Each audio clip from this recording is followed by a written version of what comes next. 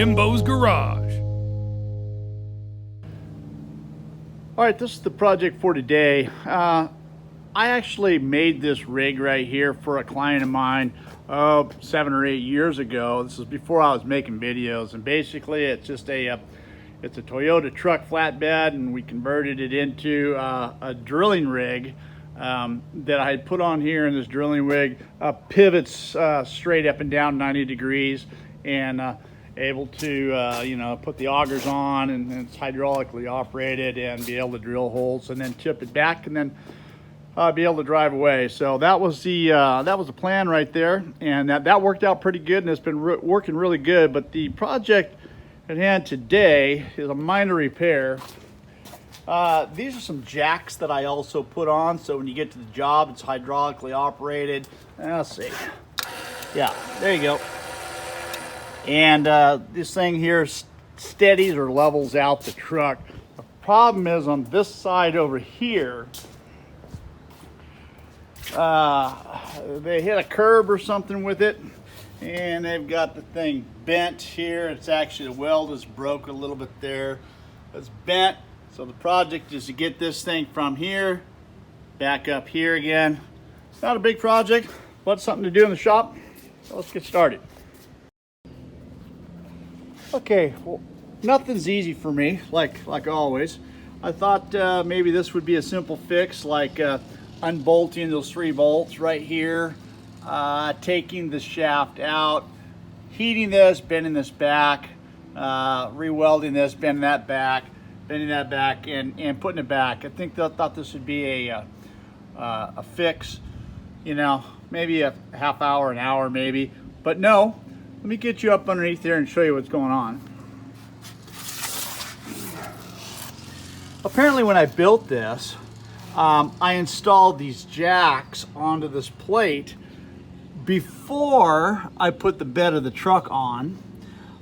So now I've got this jack wedged up in there of the floor of the truck, and there's no way of getting that out.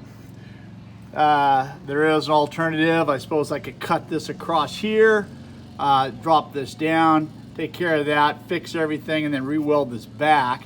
Now I'm afraid I'm going to take, you know, might do something to the integrity or the strength of this, the way I've got it welded here and welded to the back plate back here. I'm not real excited about doing that. So the alternative is, well, let me get out from underneath here. Is cutting the bed out here, cut this aluminum plate out, taking this out and removing the jack out through the top here. Of course, that's not easy because the seam is right here and the toolbox is on top of that. Of course, the toolbox is bolted to the bed. Look at this toolbox. I don't know how people keep their stuff like that. Let me get in here. All right, so we got a bolt here. Oh, geez. It looks like there was a bolt here, and there looks like there might be 2 more right here. So I guess I got to take these out, take the toolbox out, cut the bed out, and then we can get that out. So let's do that. All right, so it's about 100 degrees today, and since this is not the easy fix I thought it was going to be, I got my easy up, and that cools it down a little bit, and I had to lift the boom up. I got it up out of the way, and so what we got to do now is originally, by the way, the toolbox, it's loose. I'm going to take it out in a minute. I was going to cut a section out of here, but now I'm just going to go ahead and take the whole panel out, and we'll just go from there. All right, let's get started. Yeah, so you know, this is going to become a simple little fix, I thought, and it just turned into something that was a little bit more than what I was hoping for. But you know, that's just the way it is with me every single time I go to do something, it seems like. You know, I don't film a lot of these little projects that come into the shop, but I just felt like doing it to this one right here.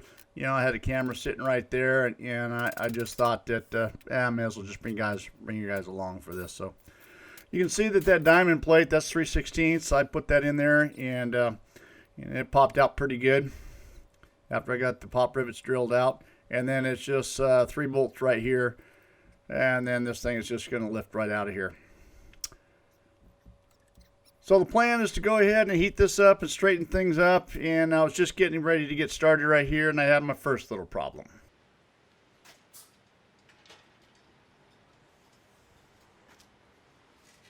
All right, so check this out. These 2 spark lighters I've had since I was in high school. And I've brought them along my journeys in life. And why don't you check it out? I don't know if you can see that. Made in USA, patent pending. This one here, Forney arc welders. Made in USA.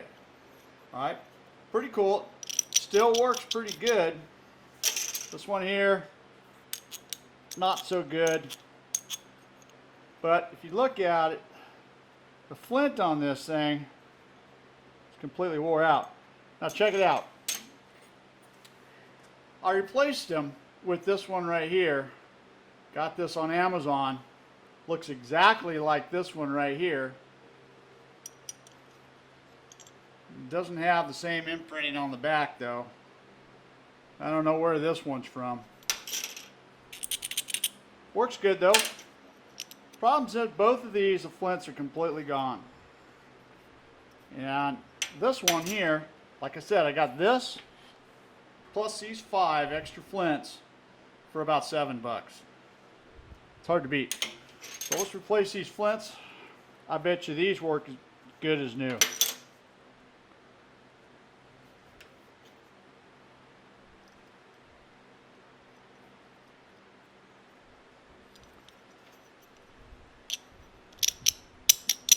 Look at that. Like brand new. How about this one?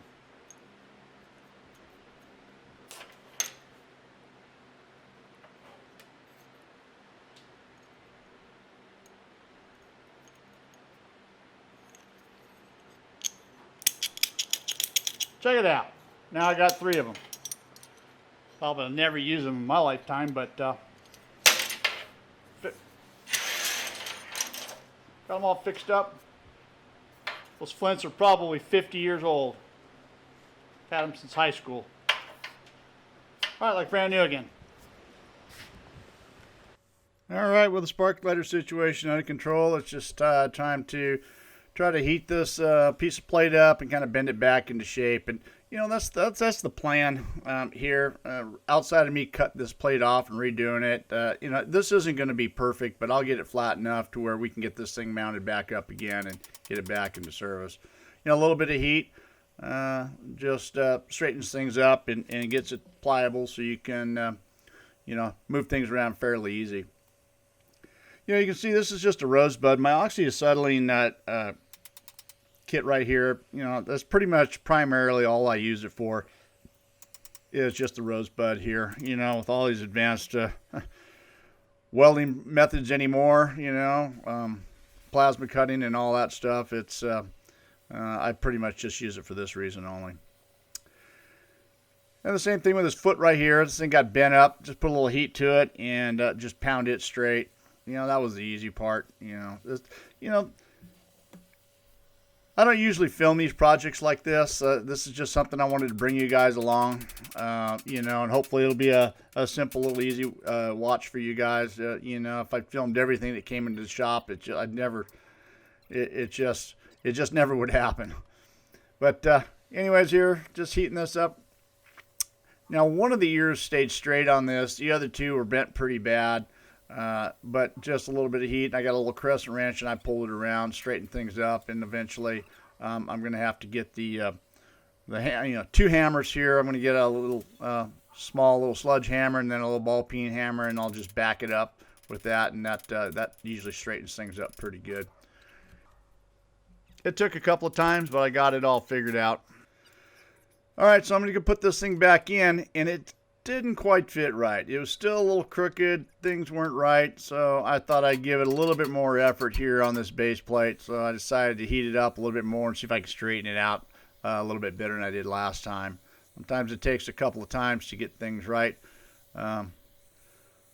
Not that this is the best way to do it, but it's just the way that we're going to do it here on this fix right here. Just a little bit of sledgehammer on the back side, and then a little ball peen on the front, and a little twisting and tweaking around, and I was able to get it to where it was squared up. And that fits a little bit better. It's just 3 bolts right here, and I bolt everything down, tighten everything up, and this repair, although it seems very simple right here, and this ended up taking me about 4 hours, believe it or not. And of course, you can see right here, I need to get an extension. This is the other thing.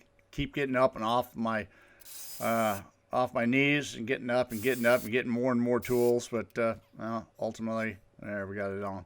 Stuck the foot back in, and then the repair, for the most part, is complete. It didn't take too long to do the repair. It's just the prep work prior to getting to that is what took the time. All right, the diamond plate's just going to slide back into place. When I did this several years ago, it was a tight fit, and I got it right back in there and pounded it back in. Just going to use the same holes. Use the pop rivets right in here.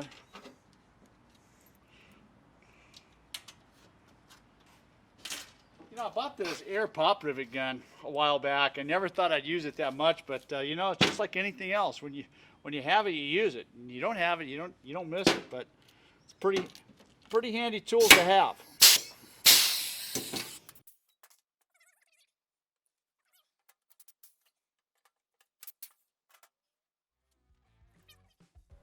All right, so those pop rivets didn't come off as easy as I thought they would, so I just snipped them off and just cut them off, pounded them down. It worked pretty good. All right, just using the same old holes here, drilling things out and finishing up. And this has all worked out pretty good. The last part of this repair, like I said, went better than I was hoping.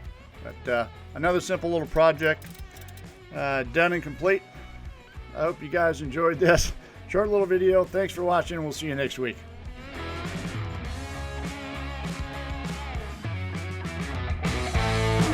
See you next time on Jimbo's Garage.